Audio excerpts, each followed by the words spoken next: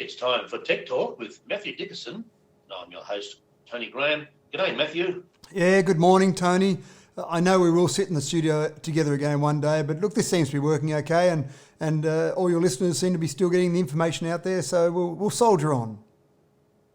We will. It's very successful. And anyway, let's start with our first topic, and that is that the Airbus, which is an aeroplane, of course, E-Nose is trying to send dogs to the unemployment queue. Well, that is right, Tony. And it's interesting because obviously at the moment there are lots of people in the unemployment queue. We don't think of dogs being in the unemployment queue, but of course, one thing we do see when we used to be able to travel internationally, and again, we hope this will happen again in the near future, that you used to see dogs. You'd go through security and there'd be a few dogs sniffing around and a few handlers there, and it was all very lovely and they were very cute little dogs. Obviously, I wasn't carrying any drugs or explosives with me, but I mightn't have been so looking forward to seeing the dogs when I went through security if I had some drugs or explosives with me.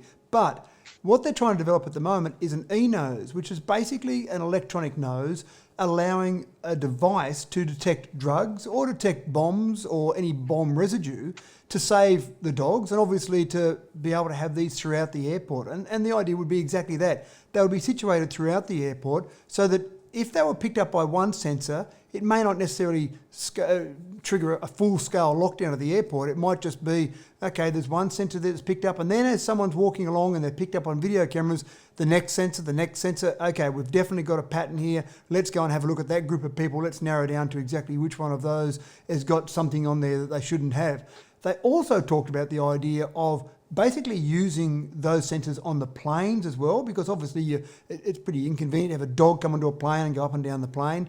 And then it's gone a step further, and they haven't developed this yet, but they believe they might be able to develop a sensor for some diseases, including COVID-19 or other similar diseases. So as you walk through the airport, yes, you might have someone triggering, you've got drugs, you've got explosives, but it also might be you've actually got some disease that you shouldn't be getting on a plane and infecting other people. Yes, it's interesting because I know they've been working on this for years, and they have been having great difficulty getting anywhere near the accuracy of a dog. Yeah, it's amazing, isn't it? The dog, when you talk about the smelling sensors of a dog, the actual area for a dog to smell, even though it's inside the dog's nose, it's quite a large surface area, much larger, say, than the human nose smelling area. So to try and replicate that, and as we find so many times, Tony, nature is quite clever in what it's created. So to try and replicate nature in a whole range of ways, we try and we try and we try, and sometimes we don't quite get it. This one is actually using a little bit of nature in part of it. Absolutely. Yeah, so they're actually using some stem cells, for want of a better term, to actually be part of the actual testing process. So they are actually incorporating a bit of nature into the actual device itself. Yeah, it's like, we can't beat them, let's join them. That's right. Now, Microsoft has blocked reply all email storms to end the inbox nightmares. Now, just explain that, Matthew. Well, it's a classic situation that happens, Tony. Someone will send out an email. They should have used BCC. They should have used blind carbon copy, but they don't. They put a bunch. It might only be a few people in your sporting team, or it might be a few employees that you've got at work, but it ends up being, say, 30 or 40 people in the to box. And of course, someone will reply back, and they'll reply to all. And so then you get an email that goes back to the 30 or 40, and then someone else will reply to all, and they'll say, please stop sending me these emails. I don't want these. And it just goes on and builds and builds and builds.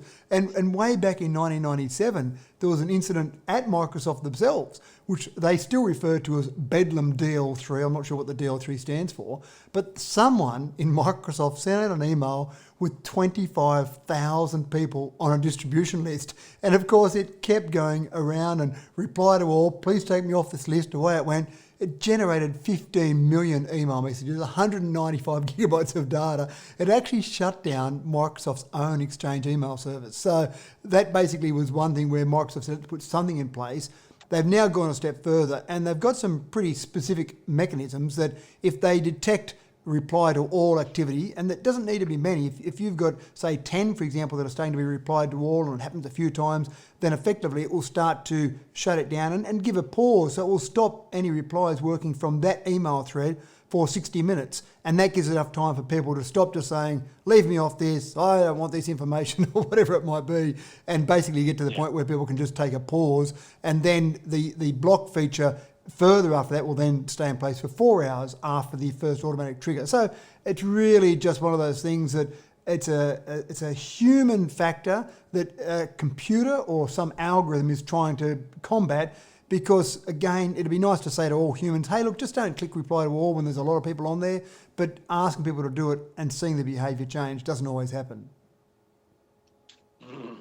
Now, Apple has reopened its Australian retail stores for customers, but it's going to be a very different experience than the one formerly people were used to, isn't it? It is, I think, absolutely. And people used to love the idea of the Apple stores. They'd go into the Genius Bar and they're getting close contact with people.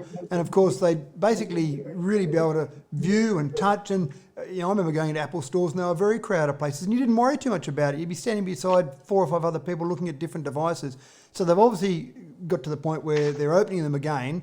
They've been closed for, I think, about 6 weeks now. So they've been closed down there. Originally, when they first closed, they actually had a date towards the end of March that they were going to reopen them. So it's been a lot longer than they thought originally. But they basically opened all 21 of the 22 Australian stores that could be reopened.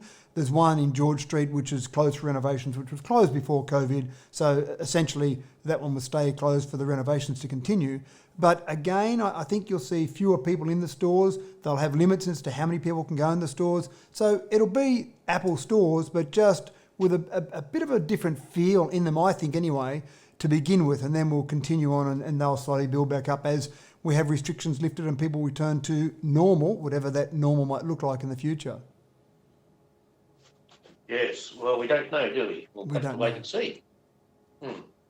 And tracking technology aims to improve online learning for students. This is getting to be a very busy space now, isn't it? It is, and it's one of the things I think about for radio stations. I mean, I do a little bit of radio and have done over the years, but I actually almost feel sorry for radio hosts sometimes because they're sitting in an isolation zone, if you like, in a studio, and they're talking to a microphone, and the reality is they have no idea if anyone out there in radio land is actually listening to them at that moment in time. Now, sure, you can read surveys and look at average numbers, but you never know exactly how many people are listening to you. And I think the teachers are finding this, whether it be university or school teachers, are finding that they're delivering lessons online now. For the first time, really, they've probably ever had to do that. And sure, they can have all their students sitting there on Zoom and they can see all these little thumbnail pictures of all their students, but they really don't know if one of them's just glancing down at a phone in their hand or reading something else or maybe just having a little bit of a daydream and not really paying attention.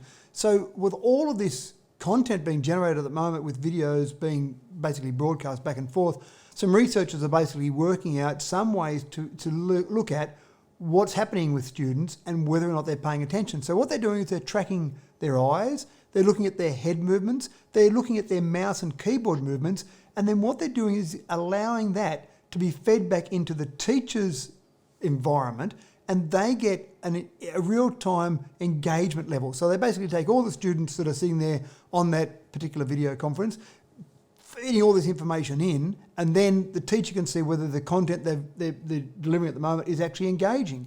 And if it isn't, obviously they change things or do things or make things a little bit different. If it's all engaging, they continue on the way they are. So it's a really good way for teachers to know they're doing the job and a good way for students to get more engaging content out of their teachers. Well, that's fantastic. And you have been listening to Tech Talk with Mathew Dickerson on Binjang at 91.5. And I'm your host, Tony Graham. Stay tuned this afternoon at it's 20 to 4. And we'll have the next edition. And it's back to the great music and community information on Binjang 91.5. Thanks, Tony. Thanks, Matthew.